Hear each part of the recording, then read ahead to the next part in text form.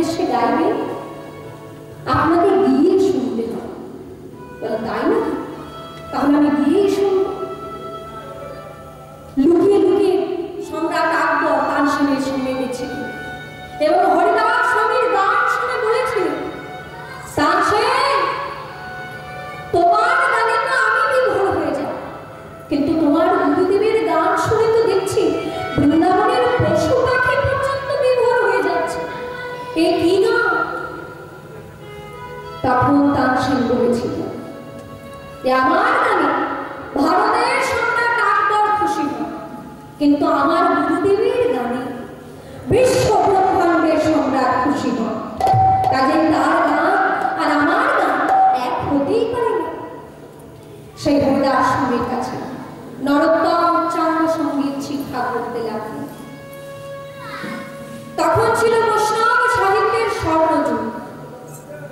আমাদের আধুনিক যুগে যেমন সর্বশ্রেষ্ঠ কবি হচ্ছেন রবীন্দ্রনাথ ঠাকুর, তেমনি তখন সর্বশ্রেষ্ঠ বৈষ্ণব আচার্য ছিলেন, বৈষ্ণব সাহিত্যের কবি ছিলেন গোবিন্দ দাস। তিনি তার মামা বাড়ি বর্ধমানের শ্রীহট্টে বড় হয়েছিলেন। সেইখান থেকে এত উন্নত মানের পদ লিখে পাঠাচ্ছে। জীব গোস্বামী থাকতে না পেরে চিঠিতেই আশীর্বাদ পাঠাচ্ছে। সেই রকম একটা পদ তিনি নরোত্তমকে দেখালেন। দেখো নরোত্তম, বাংলা থেকে গোবিন্দ দাস তোমার জন্য পদ লিখে পাঠিয়েছে। নীল রতন কিনে নবঘরা নখিলে নখিল নয় সেনা অঙ্গের ছড়া। এর মধ্যে, এই পদের মধ্যে যে সুর প্রদান করলেন নরোত্তম দাস ঠাকুর, সেটাই গড়ারহাটি কীর্তন।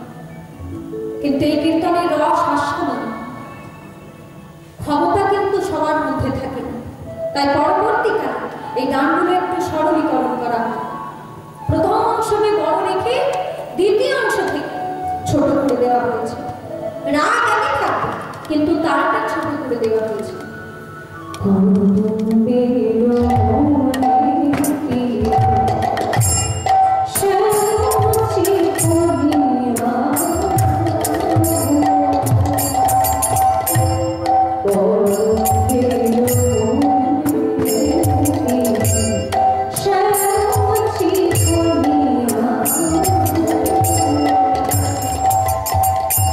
রূপহীনী আয়ু জাতি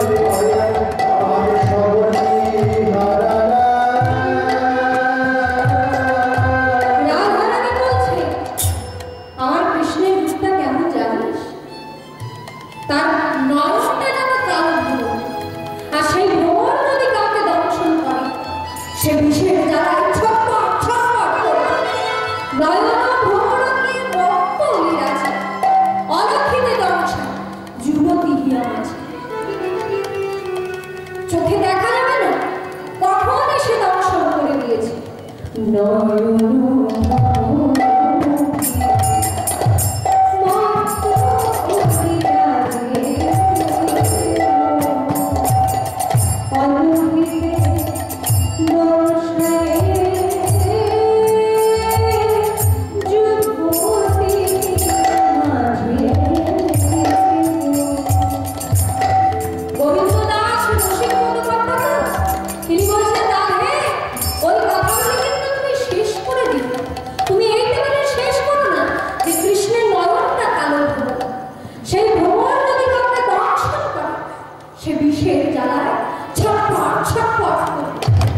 এই কথা বলে শেষ করো না, তাহলে ভক্ত ভয় পাবে।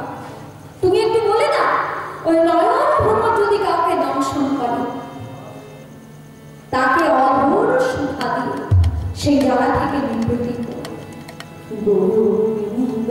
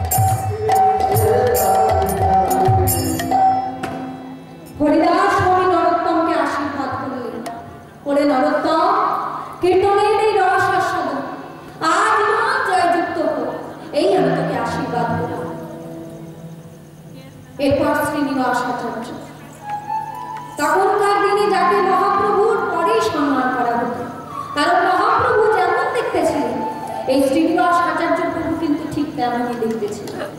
সেই শ্রীনিবাস আচার্য প্রভু সবাইকে তখন বৃন্দাবনে গোপী ভাবের সাধনা কিভাবে করতে হয় শিক্ষা দিতেন। নরোত্তমকে ডাকলেন, শোনো নরোত্তম, গোপী ভাবের সাধনা করতে গেলে খুব গোপন একটা উপদেশ আমি তোমাকে দিচ্ছি, শোনো। তোমাকে প্রথমেই ভুলতে হবে তুমি একজন পুরুষ। ভেতরে পুরুষ ভাবনা থাকলে তুমি কিন্তু গোপী ভাবে ঘুরতে পারবে। তুমি সবসময় নিজেকে রাধারানীর চরণের দাসী ভাববে। আর দ্বিতীয়ত তোমাকে ভুলতে হবে তুমি রাজপুত্র না, তুমি ধ্যান করো। ধ্যানের মধ্যে দেখবে দুই গুরুর মধ্যখানে আলো দেখতে পাচ্ছ, সেই আলোর মধ্যে কুঞ্জবন দেখতে পাচ্ছ, সেই কুঞ্জের মধ্যে রাধা কৃষ্ণ দেখতে পাচ্ছ। গুরুদেব, আমি কি সেবা করব? হৃদয়ের মধ্যে ধ্যান করে যদি দেখতে পাও কুঞ্জবনের মধ্যে রাধা কৃষ্ণ কথা বলছে, এই পর্যন্ত ধ্যান যদি তোমার সার্থক হয়, তাহলে কুঞ্জের বাইরে তুমি নিজেকেও দেখবে। নিজেকে দেখবে বৃন্দাবনের এক কিশোরী গোপী রূপে, নারী রূপে নিজেকে দেখবে। দুধ গরম করবে, আর সেই গরম দুধ তুমি রাধা কৃষ্ণকে পান করো। না, তুমি ধ্যান করো। এইবার নরোত্তম ধ্যানের মধ্যে ডুবে রাধা কৃষ্ণ প্রাণ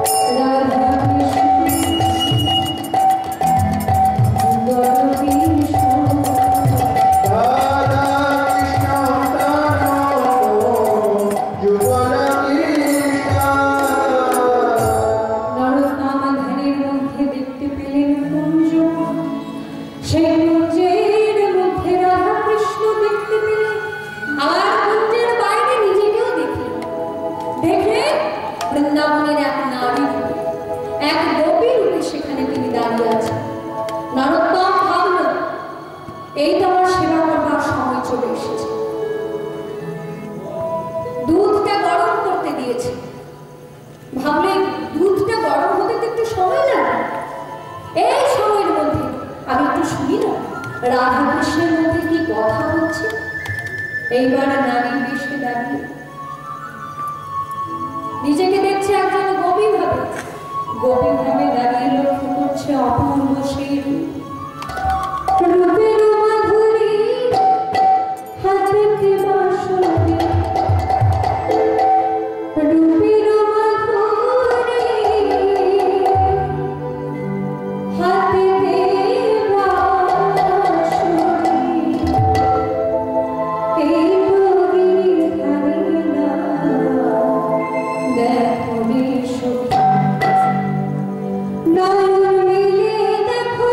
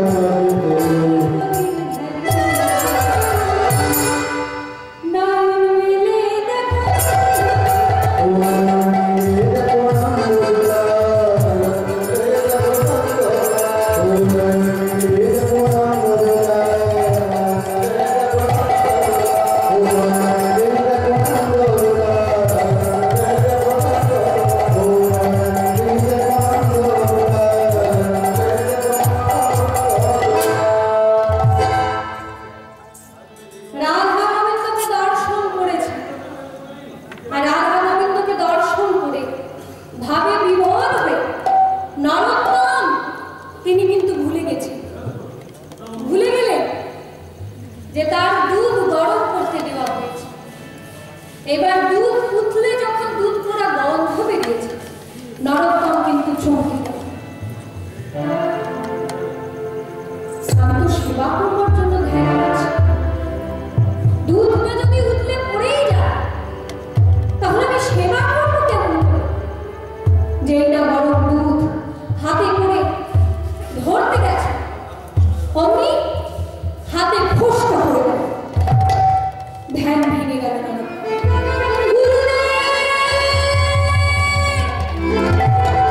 পরের দিন যখন শ্রীনিবাস আচার্যের গায়ে তেল মাখাতে গেছে নরোত্তম, হাতটা চাদরের মধ্যে লুকিয়ে নিয়েছে। গুরুদেব বললেন, হাতটা লুকিয়েছিস কেন? দেখি দেখি। যেই না চাদরটা সরিয়েছে, নরোত্তম তোর হাতে কষ্ট করলো কি? নরোত্তম বলে, ও গুরুদেব, তুমি আমায় কৃপা করে গোপী ভাবের সাধনা করবে, কিন্তু আমি সাধনায় ডুবে গিয়ে ওদিকে দুধ উঠলে উঠল, আমি আর কৃষ্ণ সেবা করতে পারি না। আমি যে কৃষ্ণ সেবা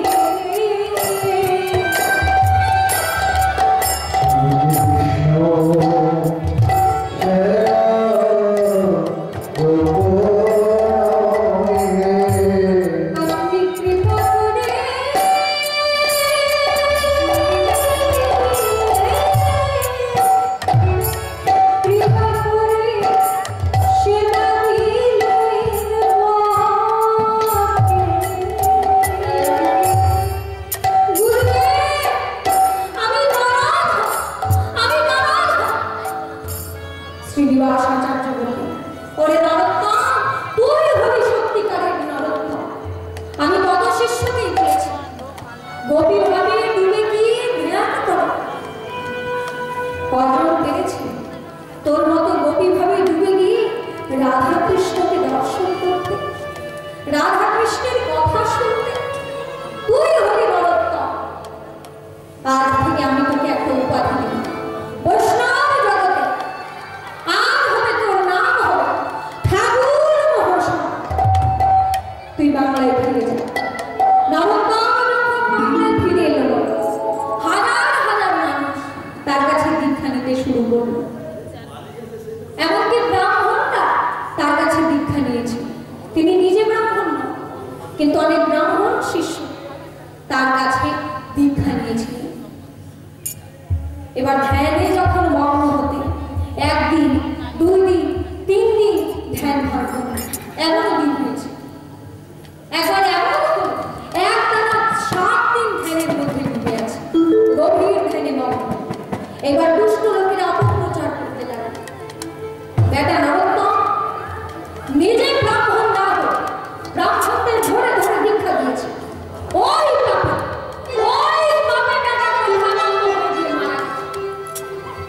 আর শিশুরা ভুলে বেড়াচ্ছে, গুরুদেব আমার ধ্যানে মগ্ন। শিগগির নরোত্তমের দেহটাকে চিতায় তুলে দেয়, নইলে নরোত্তমের দেহ পচে গলে রোগ ব্যাধি ছড়ায়। এইবার নরোত্তমের দেহটা চিতার বাসনে তুলে দেওয়া। ব্রাহ্মণ শিষ্য যারা ছিল তারা কাঁদছে, গুরুদেব আপনি গভীর ধ্যানে মগ্ন, আপনি গভীর ধ্যানে মগ্ন।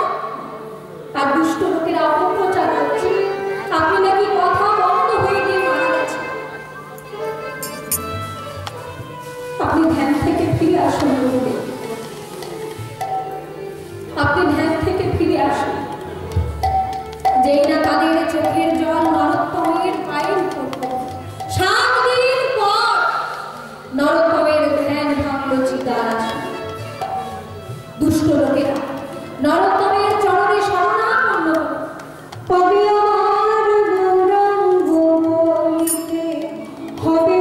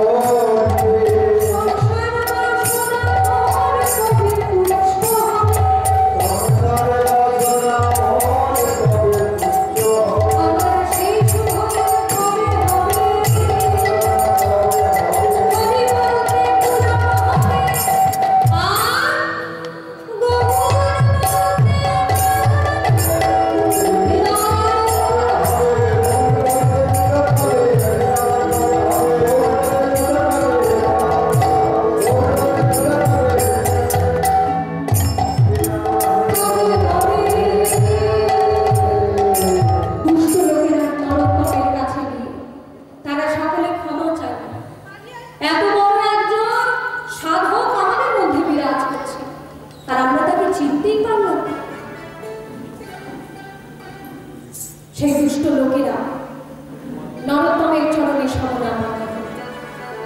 নরোত্তম বললেন, হে ভক্তগণ, আমার দেহ থেকে যখন প্রাণ বায়ুটা বেরিয়ে যাবে, আমার এই দেহটা তোমরা যেন আগুনে পুড়িয়ে দিও। ভক্তগণ বললেন, কি করবো গুরুদেব? শোনো, আমার এই দেহটা পদ্মা নদীর জলে ভাসিয়ে দেবে।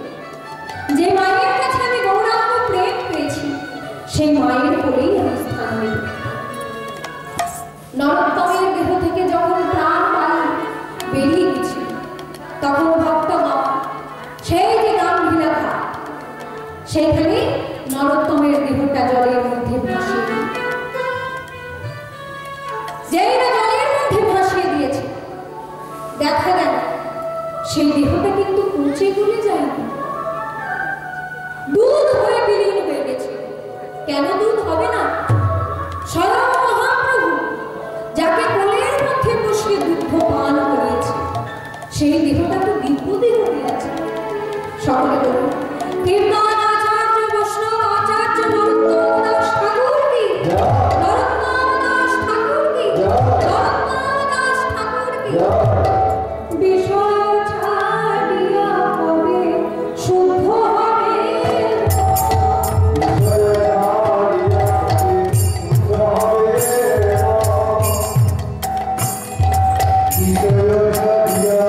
He